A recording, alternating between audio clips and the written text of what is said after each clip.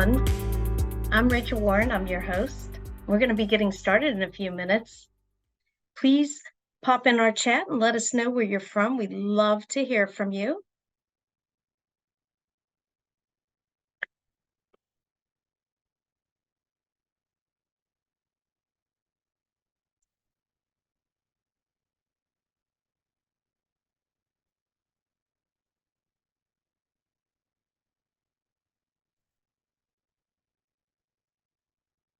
Remember, there's a chat button at the box, so you can pop in, you can put your name and let us know where you're from. We are very excited today. We have Grafton Milne joining us for an exclusive webinar as he unveils the essential considerations, just crucial for navigating the realm of childcare real estate. Let's see who we have here. Oh, definitely. There has to be some people out there. Where would you be from? Do we have anybody from Florida? We'd love to hear from you. Oh, Margaret. Margaret's from Waltham, Massachusetts. Welcome. It's good to have you today. Grafton is here to offer his expert guidance to navigate the complex landscape and to gain a clear roadmap to his confident decisions for decision-making in childcare business. And we look forward to hearing from him. Beth, welcome from our Inspired team. Great to see you. We're very excited today. If you think of any type of questions, please put them in the question box below and we will get that answered for you.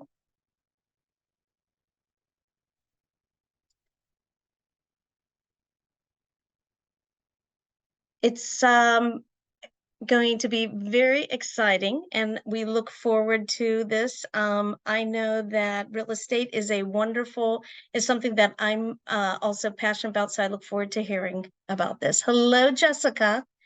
Jessica's here from sunny Florida. Ah, nice. Very nice, Jessica. Send some of the heat to Illinois and also to New York.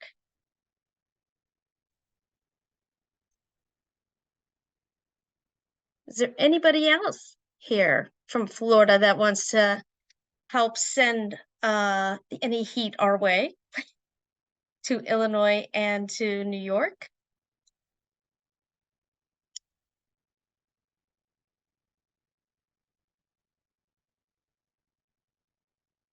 Let us know if there's any questions that we can answer for you. Remember, there's a chat box at the bottom and you can put your questions in there and we can always say where we can always get those answered for you.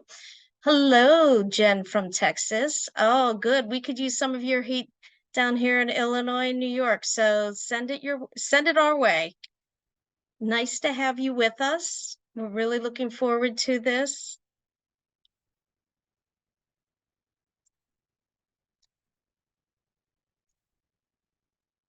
And we'll just be starting very soon.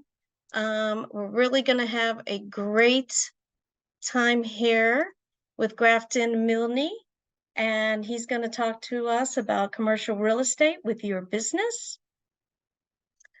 Kimberly from Indiana, how are you doing? Thank you so much for saying hello and coming on.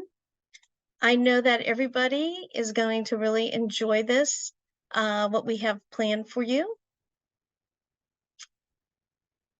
And also let us know if you have any questions. There's a question box at the bottom, a Q&A that you can put things in. Any questions you have, we'll be glad to answer them. And who else do we have joining us? So nice to see everybody from all over.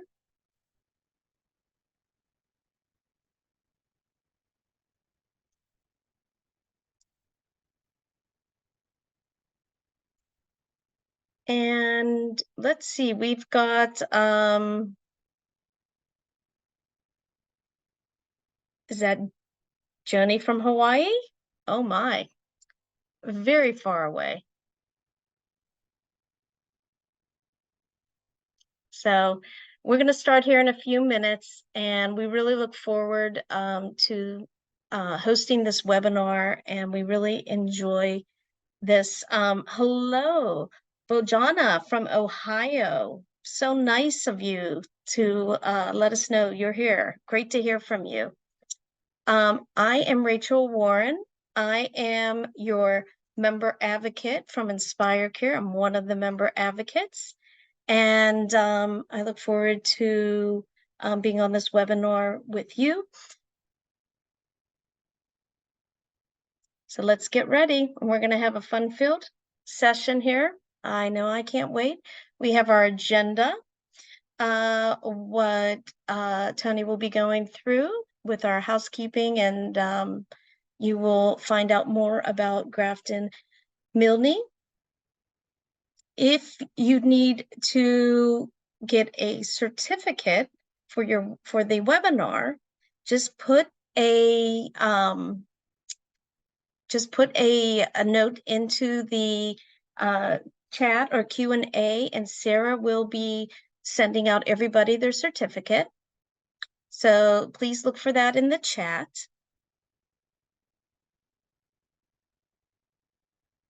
Anybody else that we have that it might be joining us, we'd love to hear from you. So please let us know. And also, as Sarah is putting in the comments, please copy and paste that certificate, the link below, so you can get your certificate. That would be great. Mona from Houston, wonderful to have you. So great to have you. I'm really looking forward to this.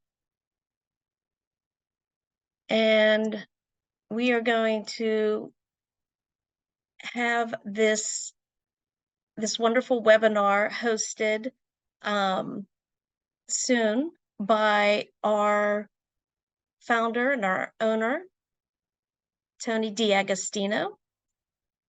So we look forward to all of this. There is Tony up there. He is our founder and owner. Like I said, he has 3 thriving childcare centers, and he is our founder and CEO. Let's welcome Tony. Welcome, Tony. Thank you very much, Rachel. We greatly appreciate you emceeing and welcoming everybody today. We welcome everybody who's joining us.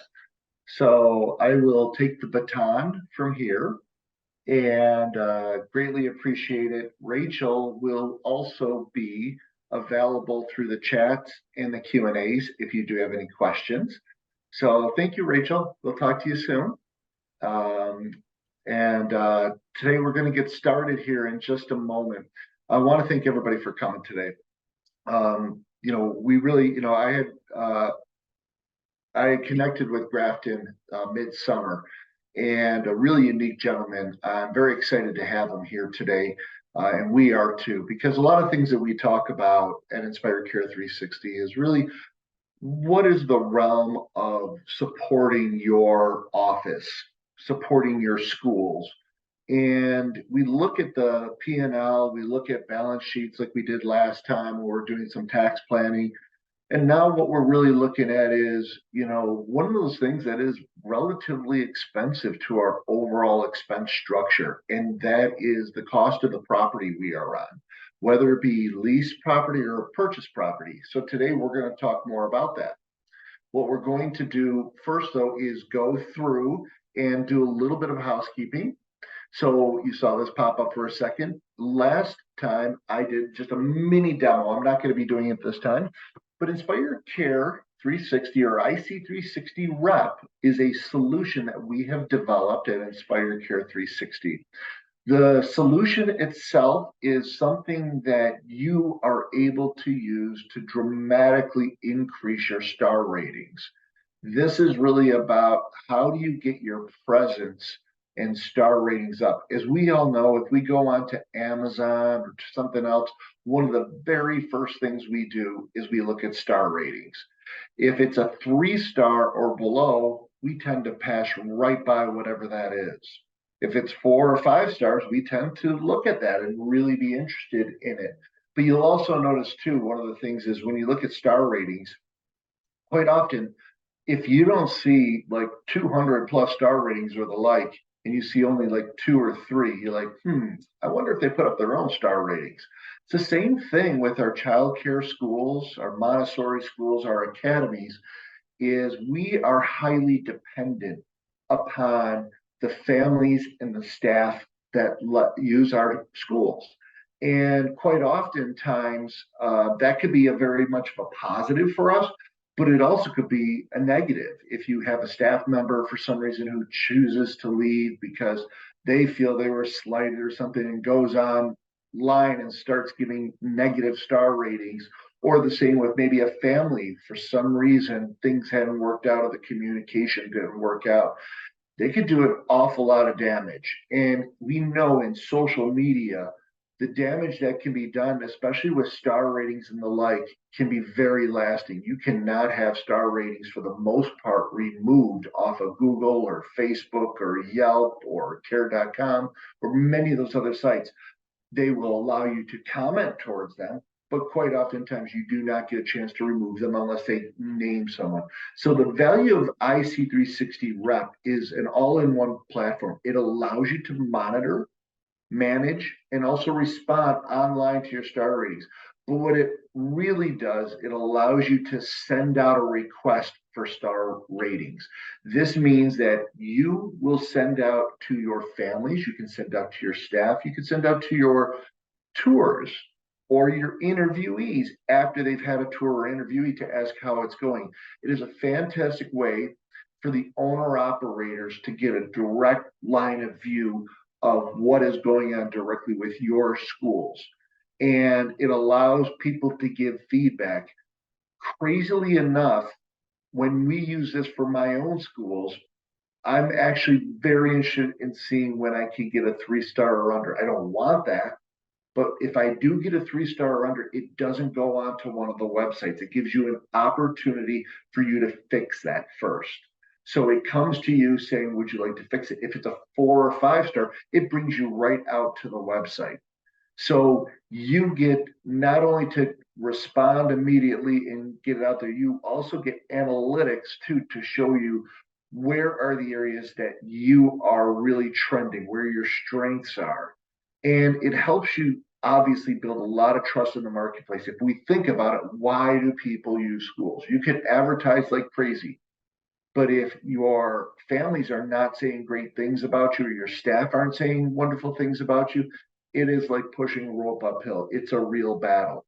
So if you want to learn more about Inspire Care 360 and all the things it can do, go ahead, you can shoot a QR code, and also in the comments, Sarah will put a link for you to learn more about it. And by the way, one of the most recent things we did with my schools with IC360 Rep, speaking of QR codes, you can print out the QR codes. You can put it right at your front desk or where you have your check-in with your childcare management software or whatever, and someone could take their phone, shoot the QR code. That's actually a phone. I'm holding my blue screen here. Yeah, there you go. You could shoot that QR code and they can do a rating right then and there. So it makes it super simple for people to give ratings. Let's go on to next. We're extremely excited and happy to re-roll out our CDA program. Our CDA program, we believe, is second to none in the industry. It is really a wonderful tool to recruit and retain top staff for your organization. We see that we have several differences. All CDA programs are not built the same. Our program is an online self-paced program which gives the flexibility of your team members to take it when they want to. They can do it during breaks, they can do it after hours. They don't have to go to a location every Tuesday for the next year. So they can do it at their own pace. One of the number one things that we've added is a portfolio development guide. Believe it or not, when people are going through the CDA program, it's a 120-hour program. But with that program, it also doesn't oftentimes help you in the development of a portfolio that the staff member needs to do when they go through the evaluation from the CDA Council, which is all part of it. So we deliver this through Inspire University, and within there's learning paths. There's 8 separate learning paths, so it keeps it very organized. So they're not just going from one course to the next. It helps them think through it. We have another solution as part of Inspire Care 360 you might be well aware of, and that's Peak Performance. Peak Performance is a performance management and merit system. But what it does is Peak Performance allows you to deliver your courses or the courses that we offer you in a certain cadence so people can grow to be with your compliance, your code of conduct, all the requirements you have for your organization. Well, you can blend the CDA program into Peak Performance. So that actually kills 2 birds with 1 stone when you're working with Inspire Care 360. And this obviously, you can do things that we offer as a differentiator is you get from us to a document that can staff, if you are investing and buying on the staff's behalf, this is a portable program. If they left your childcare, they could keep the CDA, it's for them. But since you've invested in it, you can request they sign off that they're going to be committed to stay with you, whether it be 6 months, a year, or 2 years. We have it for a year, or they have to pay us back for the program. It's worked out very well. We've not had 1 staff member left who's done the CDA program. And here's the magic about it. It is highly affordable. $199 for a 120-hour gold standard CDA self-paced program. That is really unheard of in the industry.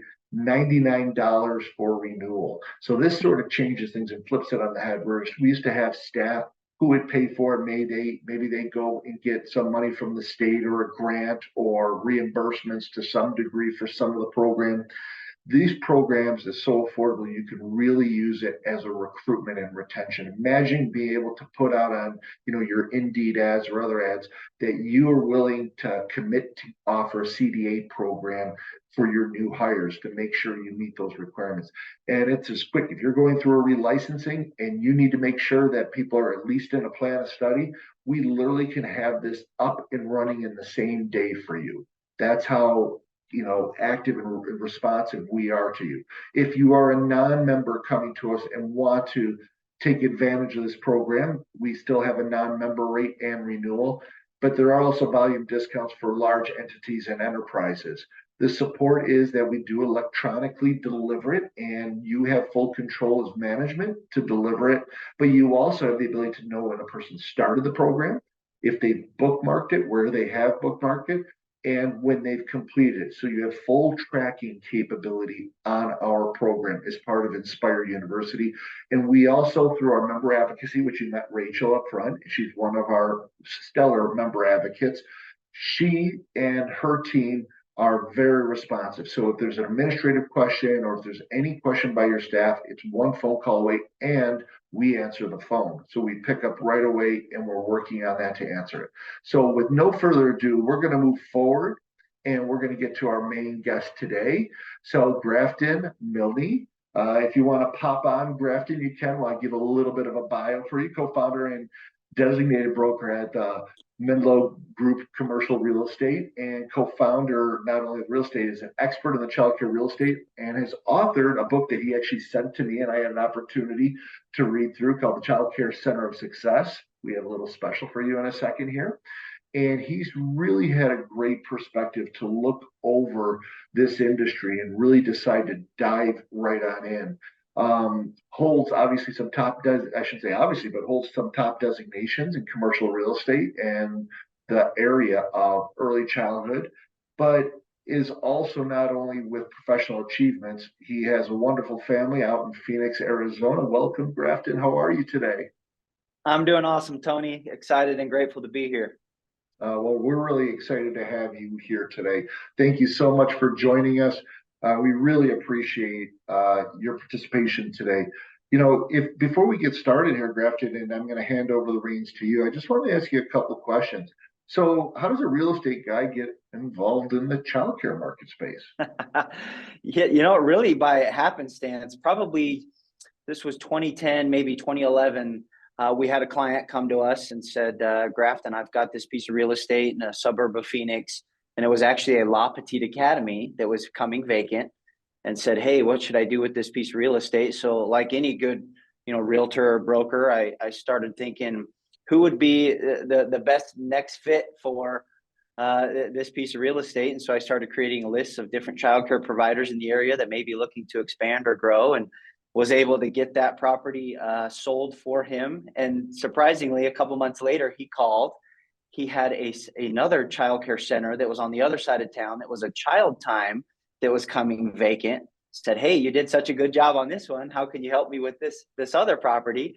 So I was able to actually get that leased. And then before you know it, word kept getting out that I kind of fell into this niche of the early childhood space from a real estate standpoint. And here we are, 12, 13 years later. I love it.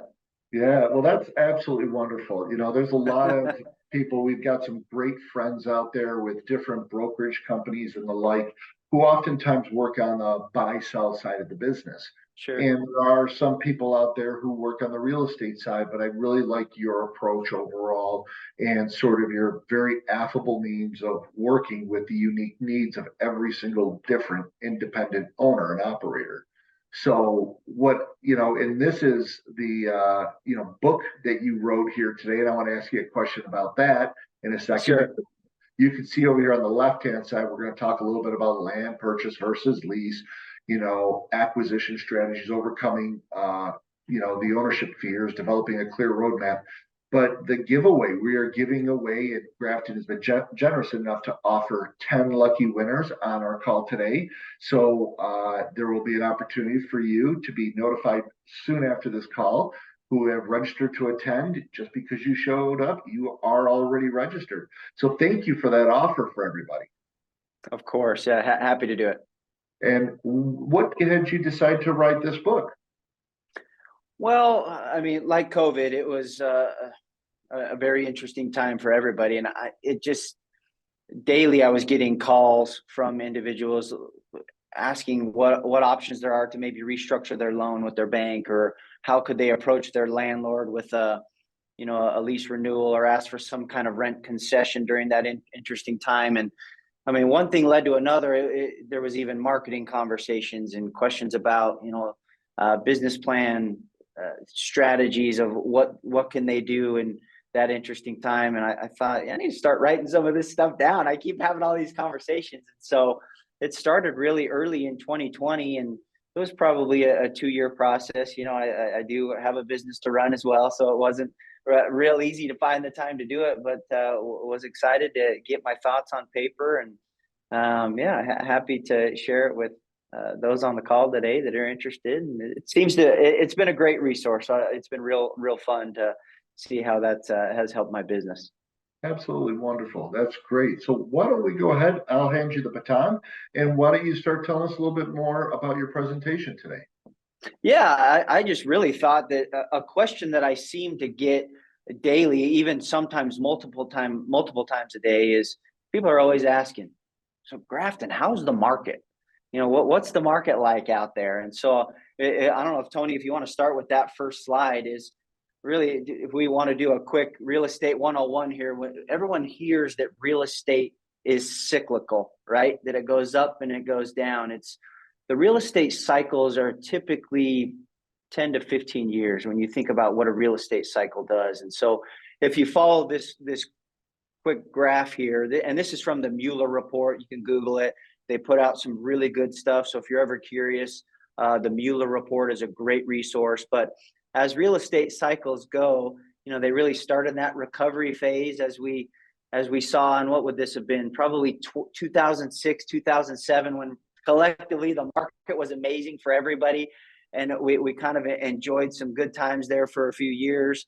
And as we continue into this phase 2, the expansion phase, where there's a lot of new construction, there's a ton of new rooftops, everything's going really well until you hit to the point where there's oversupply or hypersupply, which is phase 3, when the market starts to stabilize. And as it slowly dips into where we are in today's market, 2023, we're now in a recession, which is in phase 4. So we've kind of seen over the course of the last, plus or minus 15 years across the country, we're now in a recession. And that can mean different things, whether you're in Miami or Dallas, or for me in Phoenix. Like, Phoenix hasn't been affected as dramatically as, say, Detroit and some of these other submarkets across the country. But as people ask, how's the market? If you want to go to that next slide, Tony, I'll give a quick snapshot on that.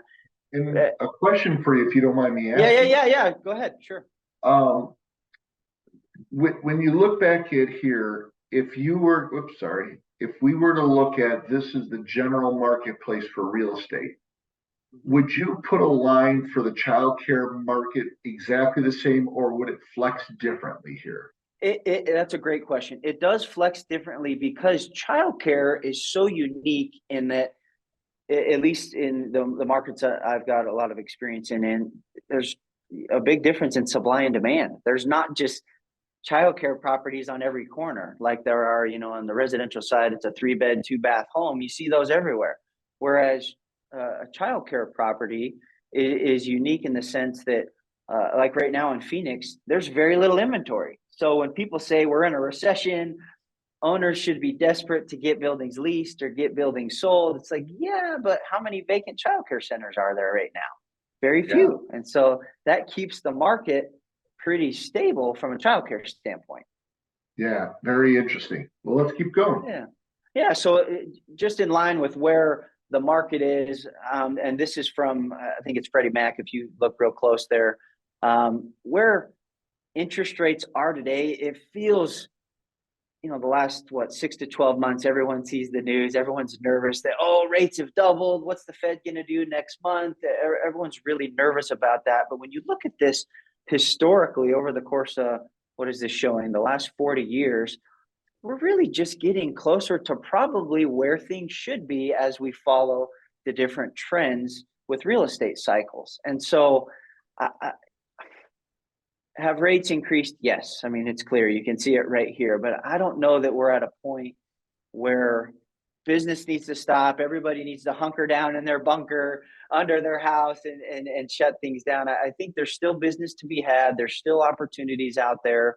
There are still lenders, especially commercial lenders, that are excited about childcare and excited about the industry and the business. And so it just kind of comes down to your mindset, be opportunistic, be optimistic, and there's opportunities out there.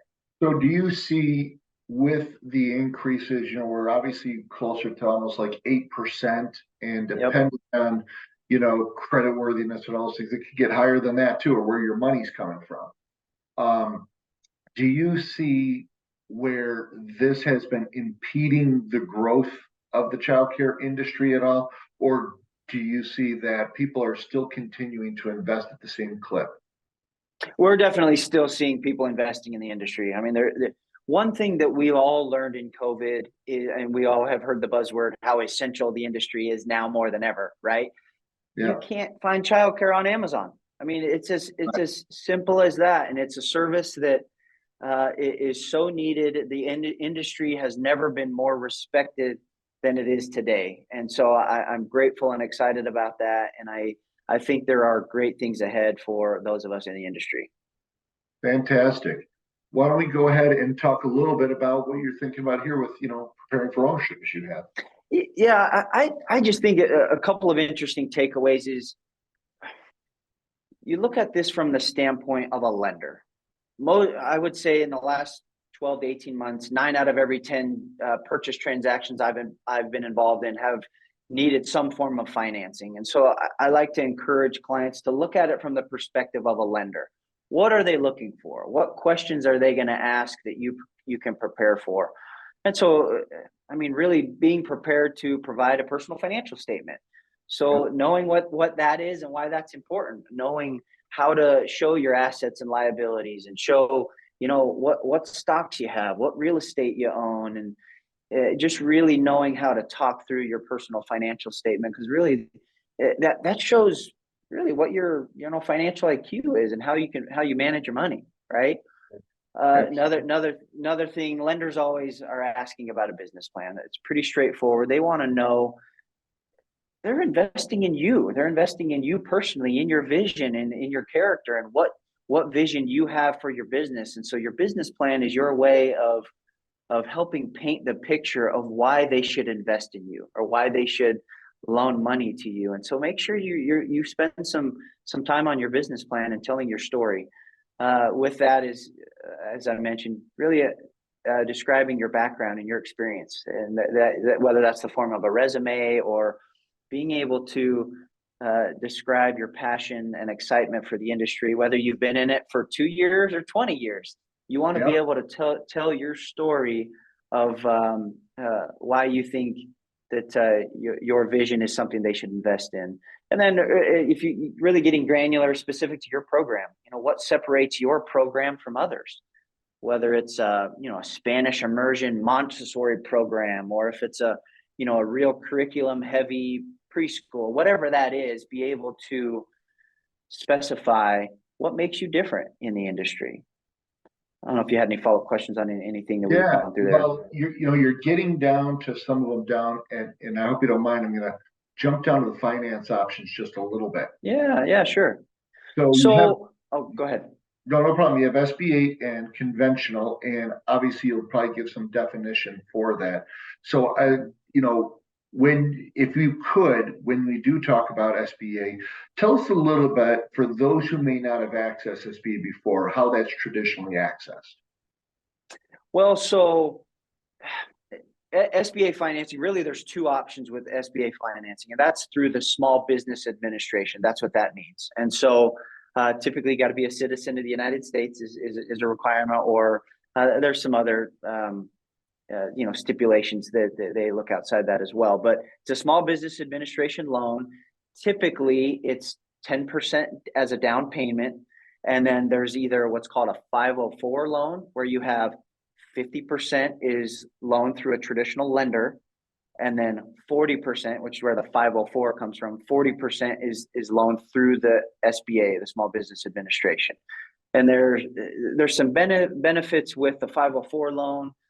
The biggest way to delineate the difference in the 504 versus the other one, which is called a 7A loan, but I'll stay on the 504 for now, is really you can wrap your FF&E, which is fixtures, furniture, and equipment, in the 504 loan. There's a construction component, there's a working capital component, and so it's really a more of a blended loan option through the SBA that you can go. Whereas the alternative, the 7A loan, which is still a really good program, rates are competitive there as well, but there's just a few differences.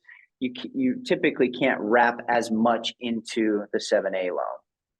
Yeah, and this is interesting because I've gone through this experience, and just to share with the audience a little bit, I'm a big believer of not going in. When you look at SBAs, typically, for those of you who may not have, but a lot of us know how to do it, most of your lenders are the ones who present you with the SBA. So what Grafton's talking about is the lender themselves will say, hey, we have an option for a 504, we have an option for a 7A, we have an option for a conventional, which means that they are solely holding the note, correct? Yes, correct. Yeah, when you're looking at that. One of the things that I have done, which I've found very successful, is most recently I went out for something similar to this, but I went out to 5 separate lending institutions. I didn't go just to one. Smart. That's very smart. I see so many of them, Grafton, who just go to one lending institution, and they're like, well, this has been my bank. I do my checking account, so I guess I have to do the work with them. No, you'll come to find out that depending on how the wind blows, you have different banking institutions that are going to be more aggressive in their portfolio for bringing more business in, or they're going to decide that they're not going to make it as compelling. So would you agree that every financial institution's offering is not the same, even if they have very similar products? I completely agree, and I'm glad you brought that up.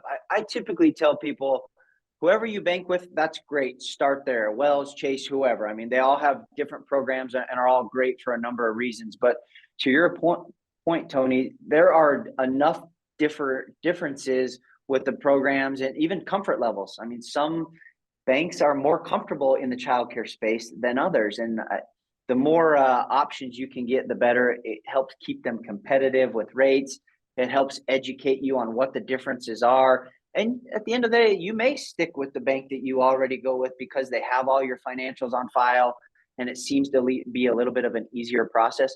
But now you're even more educated on the process, and you know what you said no to, you know what the other options were. Absolutely. And just to give just some user experience on my part for the audience, it's very interesting because, for instance, I went to 5 separate institutions. One of them came back and said, "Oh, we've got the best program that you can believe. We have a 7A program for an SBA, and we're going to do this program. We could push it out a number of years." And I was like, that's interesting because they went beyond the years that a traditional 7A could do. So sometimes you'll find there's hyperbole within your banker. So you want to really understand what the rules sometimes are, because what they were really talking about was amortization of the loan for like 25 years, even though it's going to be a 10-year loan. So there's some things that you have to look at. They were also looking at putting 11% interest rate on it. So they were so excited because they thought that I wanted one to go out so far that they could really increase the interest rate well above what the standard rate was. So there is an opportunity, and you'll notice a lot of banks will oftentimes present differently towards the financing just because they're using their own language. But I think it's great that you brought this up about the way to finance it, because for those who aren't overly familiar, the SBA is basically backing the bank on that risk of that loan for you. So they have some recourse for some reason if you defaulted, and that's why the banks oftentimes will push you. But there's also a lot of heavy setup fees sometimes with SBA. So any other thoughts on that?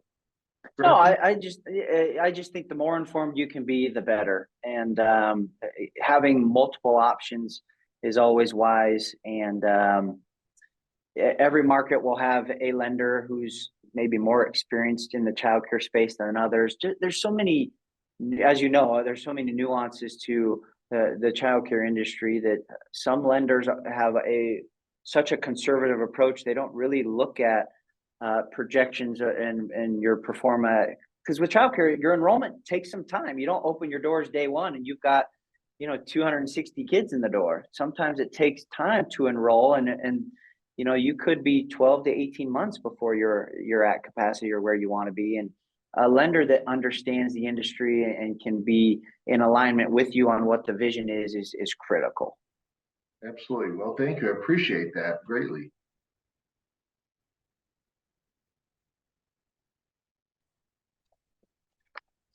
So I'll send it back to you here with your ideal outcome navigator. Can you see that? I think I lost connection there, Tony. There you go. There you go. No problem. We can see you and we can hear you fine. Yeah, this is really just my okay, great. Just my thought on this is, as you prepare for the idea of considering purchasing a property for your next center or your first center or whatever, have a plan, have a process, so okay, I know I need to get from A to Z.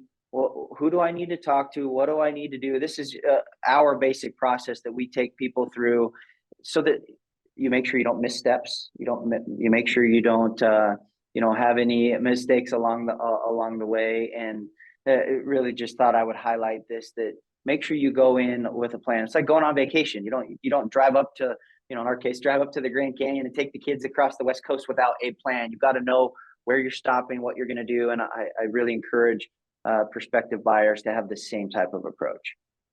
So when, there's a lot of decisions to be made, because obviously there's times where you're acquiring new space. There's times where you might be acquiring a property that already exists and already has a childcare on it.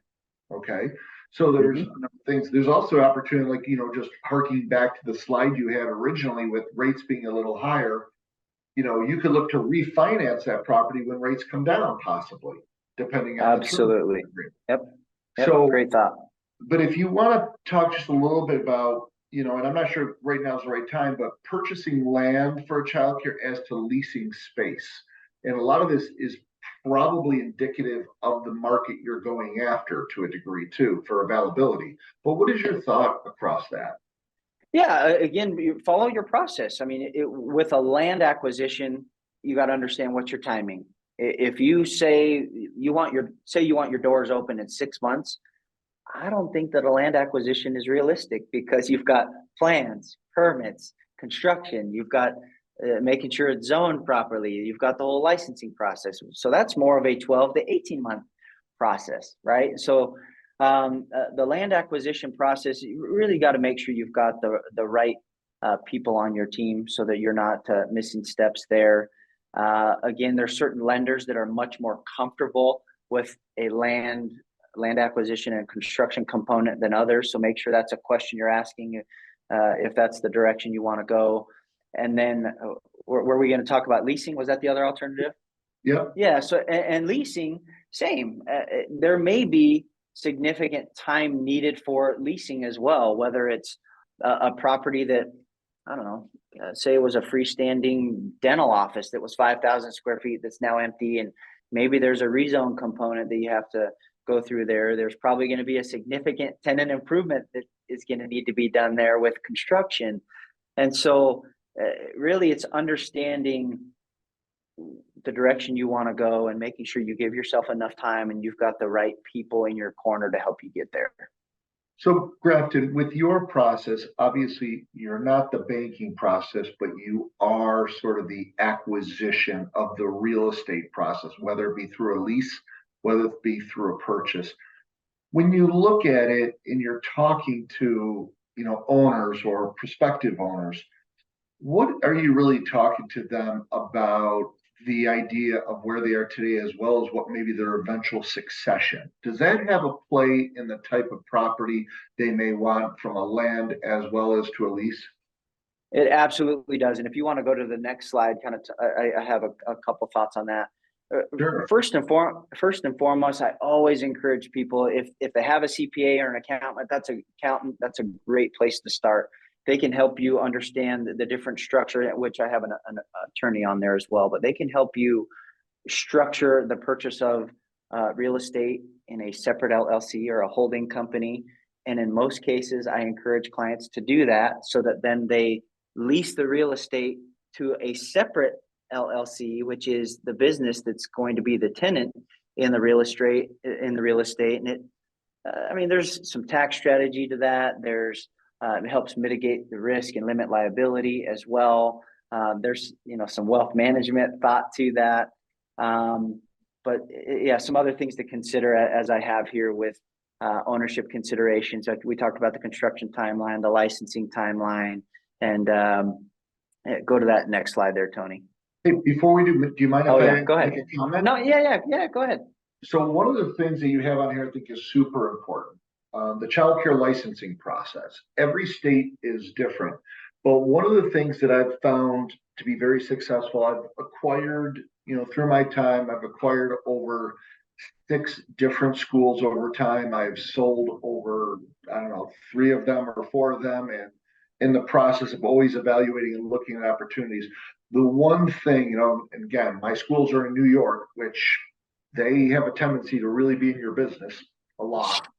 So that's another thing. But the licensing is really critical because the earlier I've learned that I can bring licensing in, not only for is this facility going to be designed properly, but will the facility, how much of an uphill battle is it going to be to get it licensed? Because there's a lot of issues oftentimes where I've noticed where they will, if you have an existing facility that you can buy, they will grandfather in a lot of the regulations and the licensing, where they might have a half door as to a full door as an egress that they say we grandfathered in. But if you have a brand new facility, you're really oftentimes starting from the ground up for whatever the regulations are that given day. So that can add a tremendous amount of time and expenses if you don't bring licensing in quick enough, I've noticed. Have you had any issues when it's come to licensing and acquisition?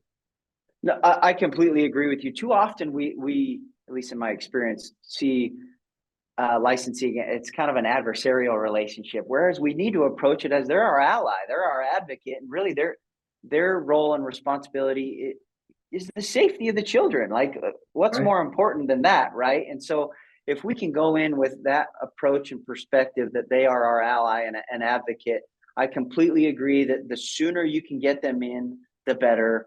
It from a timing standpoint, but also, any unforeseen issues. I remember years ago, I had a situation where the fire exit signs were in the wrong place in the building, and they wanted to open their door a certain point in time, and licensing dinged them for where the exit signs were, and it delayed them a couple of weeks because it took some time to get them back out to revisit the property and approve some. I mean, there was a little more to it than that, but those little things, if you can stay ahead of it, it prohibits you from having issues down the road.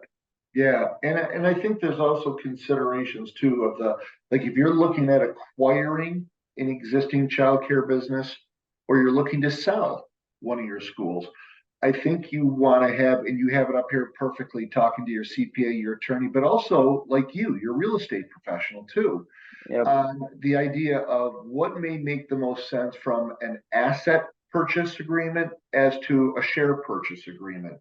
And are you familiar with both of those entities? Yeah, absolutely. I'm dealing with a handful of those right now. And you're right, there are differences, whether you're going with an asset sale or we call it more of a membership interest type sale, right? There's differences there. And especially in the timing of the transition of license where the stock sale, you're really taking on the license, all of the, the history and the risk of anything that may have transpired previously, whereas the membership interest is structured a little bit differently. And I'm still trying to figure out, I know there's been some new changes here locally for our online licensing process here in Arizona that we're learning that will hopefully continue to expedite things, but just being educated on the differences so that you know what the options are. Yeah, absolutely. And if you don't mind me making a comment on that too. Yeah. So for those in the audience, an asset in general, this is the most general terms, and please correct me if I'm wrong, Grafton, but for an asset purchase, basically what you're doing is you're purchasing the property or the land, or you're purchasing the access to the existing lease that it might be. All right. You are purchasing then the assets like the tables and the chairs and the refrigerators, but you actually have to terminate. The former employer has to terminate all the employees and you have to rehire them. And then you have to have the building completely relicensed. Okay. Correct. So that can be a arduous process, especially if your state has a very, time consuming and expensive relicensing process. That could even be like the staff could be with you one day, and then the next day you have to get everybody fingerprinted again, and you have to get all their shots done and all that stuff. Where a share purchase is, like you mentioned earlier, is the opportunity to take over the member shares of the existing firm and acquire that. There are now tools that you can use because something that Grafton mentioned, I think is really important, is you could also be acquiring the liability for before everything. So if you closed on the deal on October 31st of this year, start November 1st, you could also have the liability for all the years that you didn't own the business. So someone could come back to you, perchance, say, I want to sue you from 3-4 years ago. But now there are some federal rules and abilities that you can limit that liability. So those all are very, opportunistic to talk to your CPA, your attorney, but also to someone like Grafton. So I completely agree. Yep. Yeah. So let's keep on going. And did you want to finish in more here, or do you want to go up to the next page?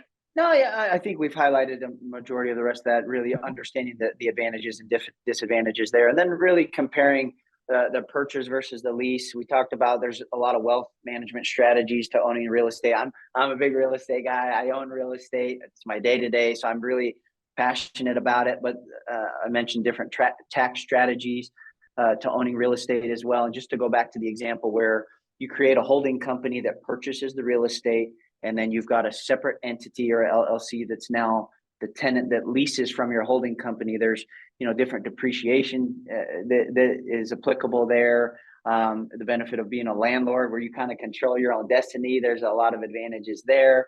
Whereas on the flip side, there's plenty of success, and I know there's plenty of successful childcare operators that lease buildings, and so there's plenty of good there as well. Advantages: there's typically less barriers to entry. You can be pretty flexible with your lease terms. You can be really creative with negotiation strategies, which is where, someone like me comes in to can kind of help educate you on what the different options are there. Anything else you want to have questions on there, Tony? Well, I think, just my comment on it is, I think like we were talking about on the previous slide, this really oftentimes can play a role in what you want your succession to be, because there's opportunity that if you sell your properties in the future, but you've purchased the property, you could continue to be that landlord and that owner well after, because then you could take that purchased property and you can then lease the facility and the property to someone else for 30 plus years to run that childcare. Absolutely. And that could be an annuity for you. Great point. It becomes an annuity. It can be a legacy asset in the family. You hand down to the kids, right? That's a great strategy. And one of the other things that I know too, and there's a lot of strategies when it comes to about purchase as to lease, because lease also allows you to get into places sometimes quicker, sometimes less expensive. Sometimes it helps you with the cash flow. So if you happen to be more of a new operator who might not have the kind of cash flow because you have to build up, paying for a lease may be a little bit less in some situations than paying for the overall purchase. Sort of like, leasing a car as to purchasing a car. Yeah. Oftentimes you look at a purchase. Some childcare centers can be $3, $4, $5 million, right? So you think of whether it's an SBA loan or a conventional loan, which is a 10% down payment or sometimes a 20 or 25% down payment. Not everybody has a couple $100,000 to put in as a down payment for a piece of real estate. And so that's where the lease becomes a great option for a lot of people. And I don't know if you wanted to go to the next slide. I had a couple of, lease pitfalls to avoid or we do a lot of concessions, high level things to look for. A lot of landlords do rent abatement. They do reduced rent for term. If it's a 5-year lease or longer, maybe there's some concessions there. Being negotiable with tenant improvements. Some landlords will provide moving allowances, different things like that. So just know that there are concessions. You just need to find out what they are, right? So become educated there. Always tell people to be aware of a personal guarantee. I would say 9 out of 10 lease transactions in the childcare space have some form of a personal guarantee, which is why I put that limited guarantee there. What I mean by that is oftentimes we'll encourage people to keep the guarantee limited to the amount of out-of-pocket expenses from the landlord. For example, if the landlord gives you $100,000 worth of tenant improvement funds to paint, add a couple of restrooms, improve the playground, things like that, that's an out-of-pocket expense for the landlord. Maybe they give you some rent abatement. Of course, there may be some real estate commissions involved. Whatever those out-of-pocket expenses are, maybe you can limit the guarantee to that amount rather than the total amount of a 10-year lease you sign, which could be hundreds, even maybe $1 million or more. Right? Does that make sense? That makes complete sense. And I think this is where someone like you comes into play well, because you've gone through those conversations with landlords, the language that you're going to use and the logic that you're applying.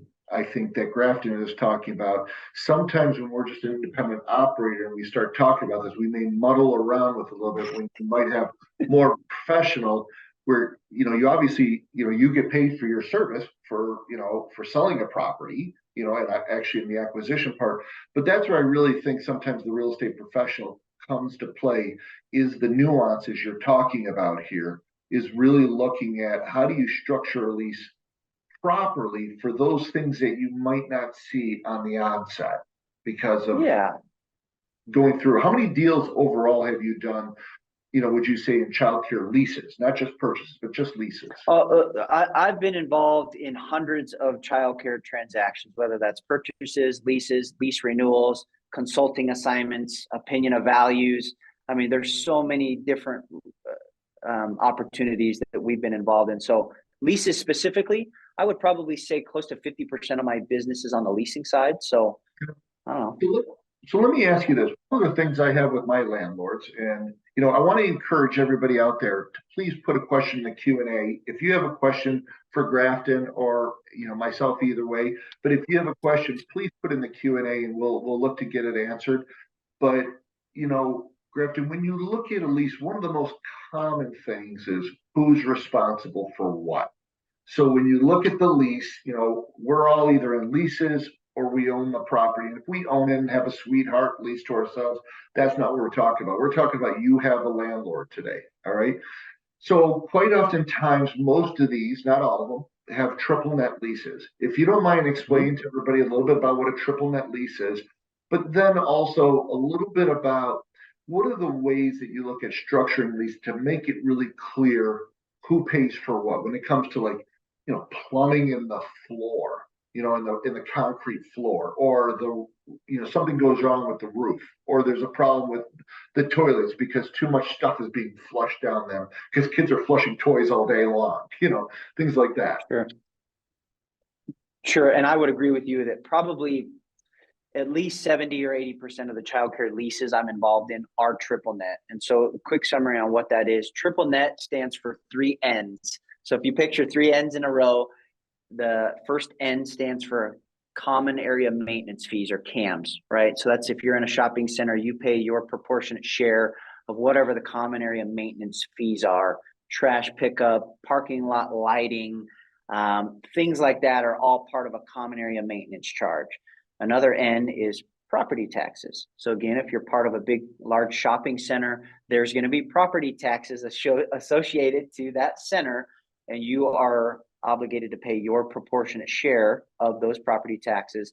And then the last N stands for insurance. And so you're paying your proportionate share of whatever the property insurance is for the landlord. And so there are different commercial lease structures as well, but triple nets are the most common that I see.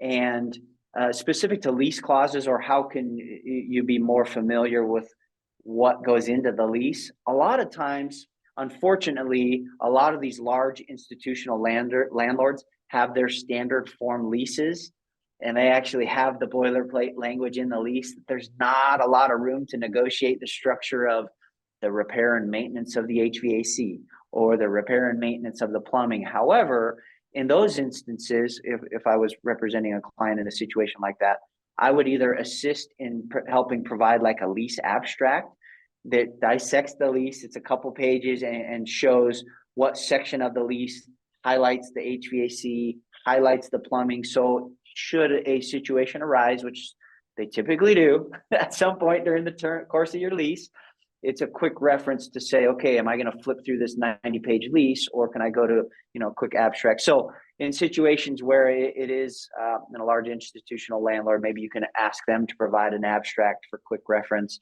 Otherwise, in certain other situations, I will help provide, an addendum or an additional section that really specifies the triple net language in the lease, who's responsible for what.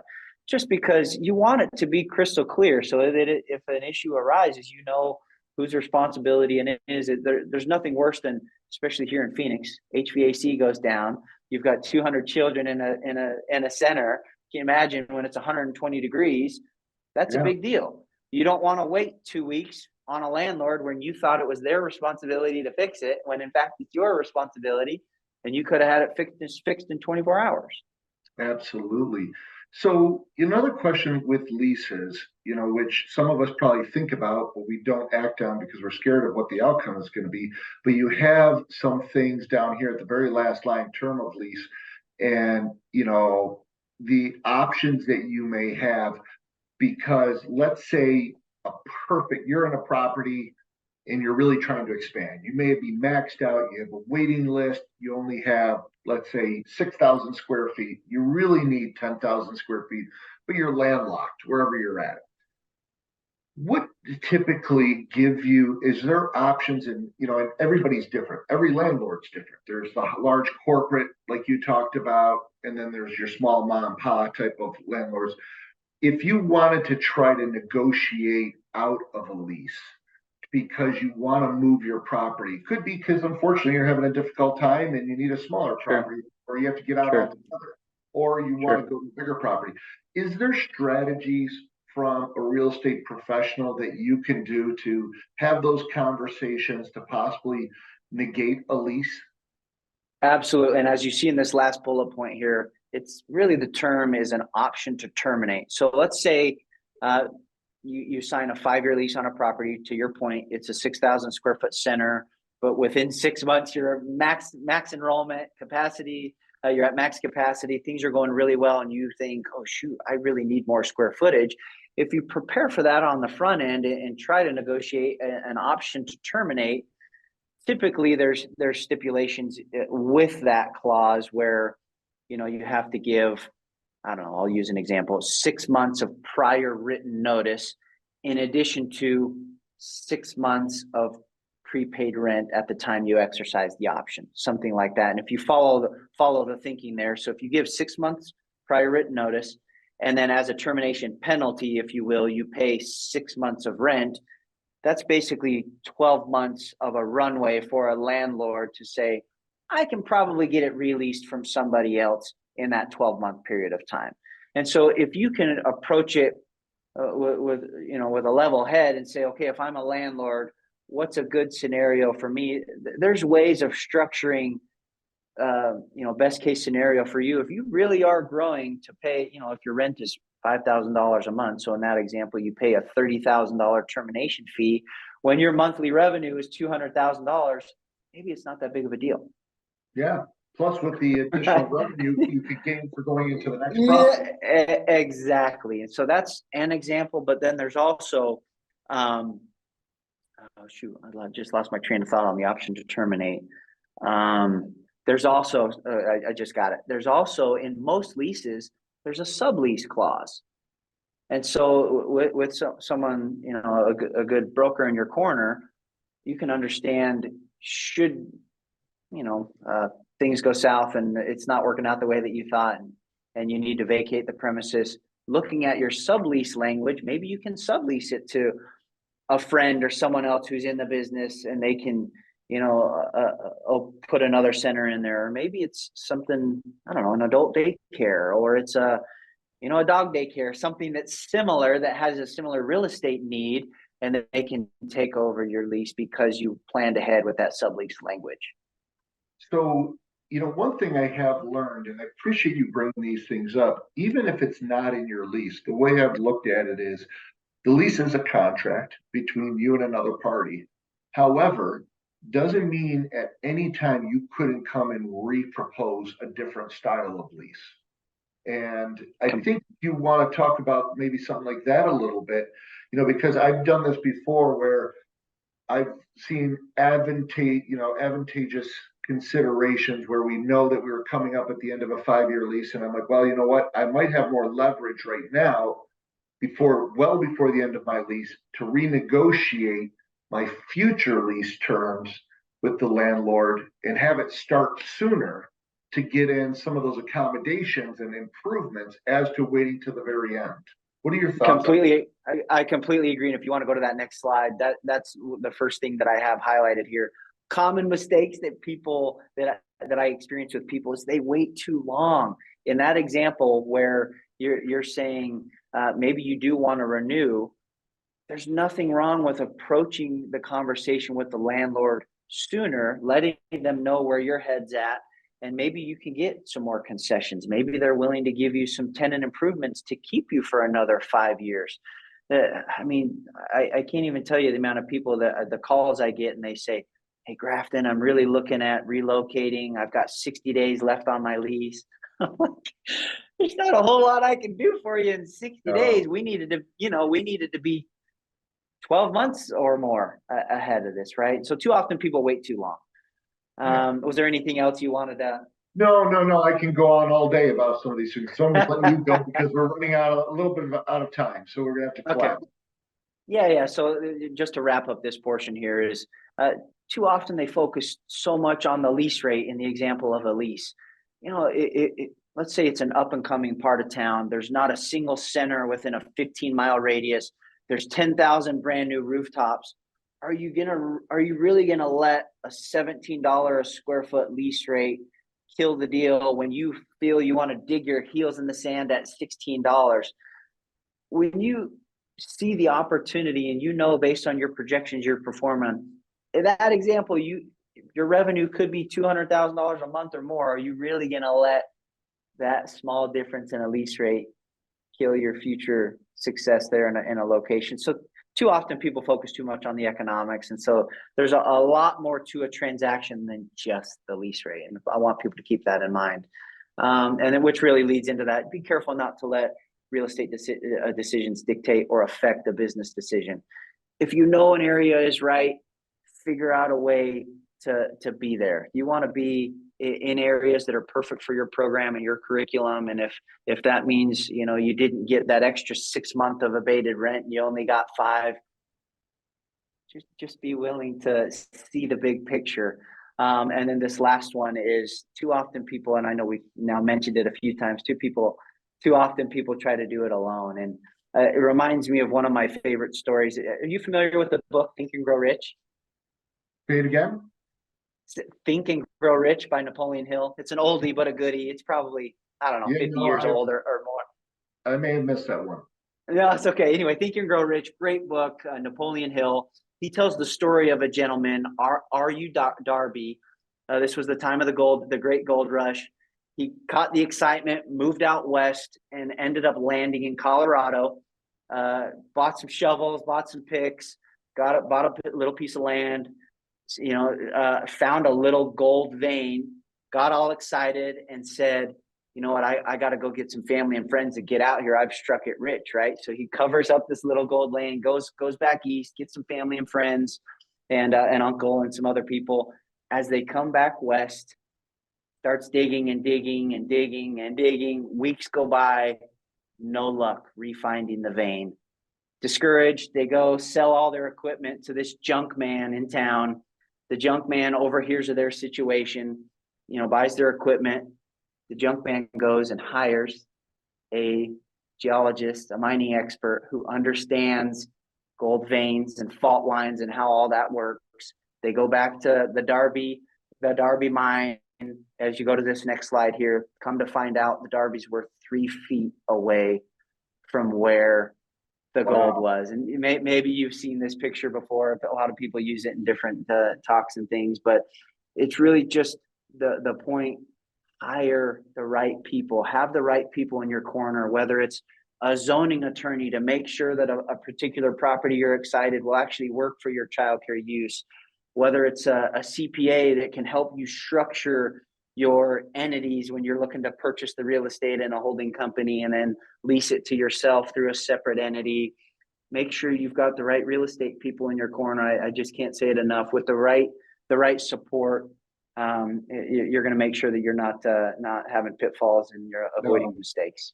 And it makes total sense, and this isn't, obviously they're not going to hire you, but you're available nationwide to support everybody, as we talked about, which I think is awesome. But if you don't, for some reason, reach out to Grafton, I highly recommend. There's tremendous value, especially even if you have, it's one of those things that actually the more you know, the more you realize you don't know. So there's some, definitely some opportunity there. So what I'm going to ask is for Sarah, if she could put some more of the contact information and Grafton's email into our chat. Again, we want to make this available for everybody to reach out to them. And of course, up to 10 of you are going to get Grafton's book. So today, Grafton, I really want to truly thank you for the time you spent with us. Obviously, we could go on for a long time here. You're very affable, extremely knowledgeable, and I think you bring a lot to the table when it comes to the commercial real estate side. Are you planning at being at any shows or anything in the near future? Any conferences? Yeah, I do. I actually just attended a local event here in Phoenix last week, but I know there's a lot out there. So yes, I will, and I'm sure I'll run into you at some upcoming events, which I'm excited to do so for sure. Well, Grafton, I greatly appreciate it. I'm going to do some just very end of the meeting housekeeping right now. So appreciate it here. We have coming December 5th. Thank you. No problem at all. Thank you very much, Grafton. We have Healthy Advantage. This is really about the secrets of retaining and attracting key talent. What is the value of offering a healthcare benefit? Can you increase the recruitment and retention of qualified candidates? Highly affordable, flexible. What's the catch? Why can it be that, especially in the face of major medical? And then we're actually going to do a live demo. So in the chat, you will see a link for that. And so we look forward to you attending that event. Again, if you need a certificate, you've already seen in the chat where Sarah has put our certificate in there. Do not hesitate, go on our website. We have a whole series of free ebooks, and this is an opportunity for you to download and really get a great understanding of some of the things that really affect our industry in childcare. And then again, thank you very much, everybody, from Tony D'Agostino, the founder and CEO of Inspire Care 360.